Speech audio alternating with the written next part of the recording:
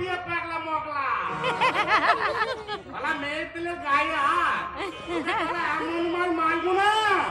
তোর গায়ে ব্যথা থাকবে 1 বোতল ভালো মাছ 3 তো পয়সা ক্ষমতা এই কি ক্ষমতা তালা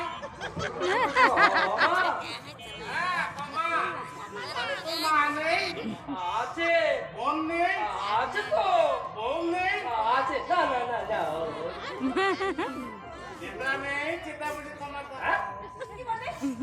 ওটা তুমি বলো গুরু